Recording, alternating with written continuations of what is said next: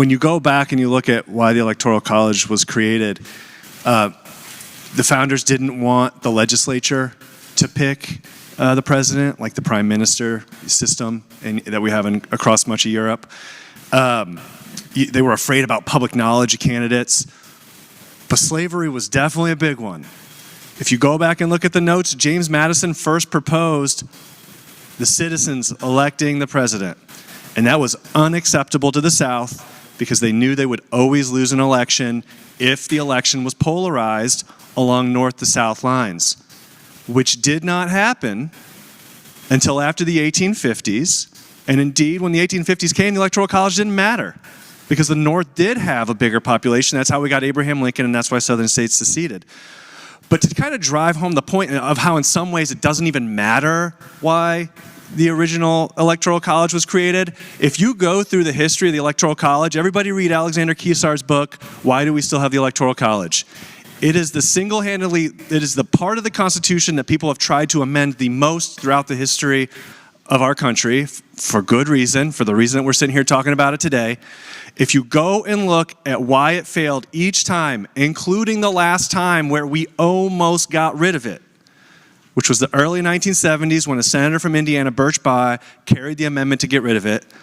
And you know who stopped it?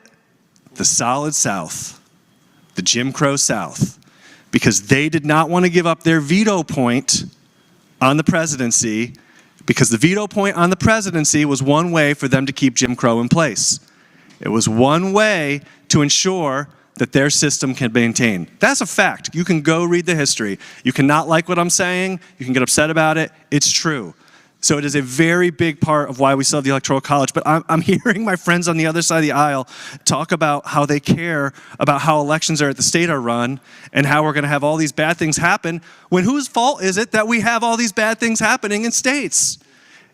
It is the current president of the United States who constantly is trying to get himself involved in state elections.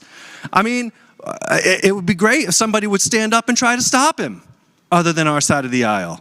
I find that point just incredibly rich, that we're sitting here talking about Georgia and Harris County and Philadelphia, wherever else we're talking about, when we all know who it is to blame. One person and a party that won't tell him no. I just find that stunning. But the last point I'll make, because I don't want to talk about this very long, I want to vote and keep moving, is that I would argue that one of the biggest problems we have in this country today is a lack of democracy. We can't get things done. We got so many darn choke points along the way, whether it's the filibuster, whether it's the 2 senators per each state, whether it's gerrymandering, whether it's whatever it is. And the Electoral College is a big piece of that. If the people speak, they should be heard. They should elect a president, okay? And I would hope we would vote for that.